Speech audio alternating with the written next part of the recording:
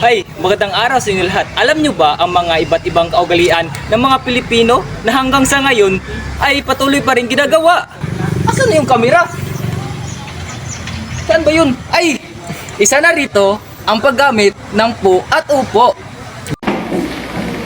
Zeo, ano po? Ano po? Hindi ko po marinig.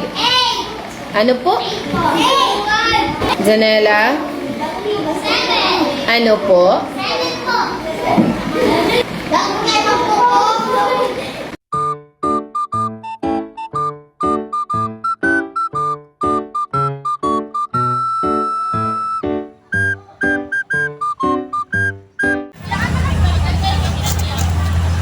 Maliban sa paggamit ng po at opo, kabilang sa mga kaugalian ng Pilipino ang pagmamano.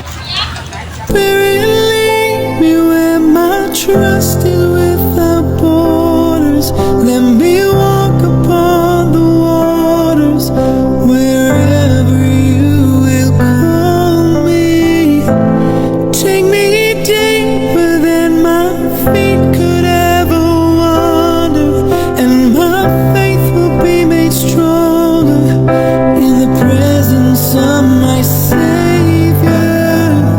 Spirit, lead me where my trust is without borders.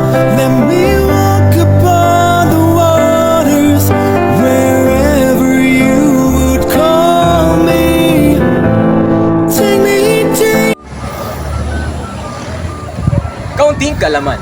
Alam nyo ba na ang dahong ito ay pwedeng makain? Ito ay nagbibigay ng sustansya sa ating katawan. Hindi, biro lang po.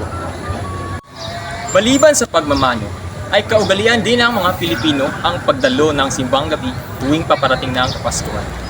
Ito ay nagpapakita ng pananampalataya at debosyon ng mga Pilipino sa kapanganakan ng ating Panginoong Hesus.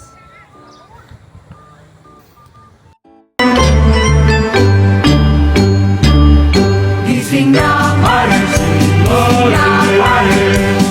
Tawag ng kampana sa simbahan. Salang siya, sa simbang gabing kinagisnan. Magbalawag. At ang panghuli, kaugalian din ng mga Pilipino ang pagdiriwang ng kapistahan sa iba't ibang lugar ng Pilipinas.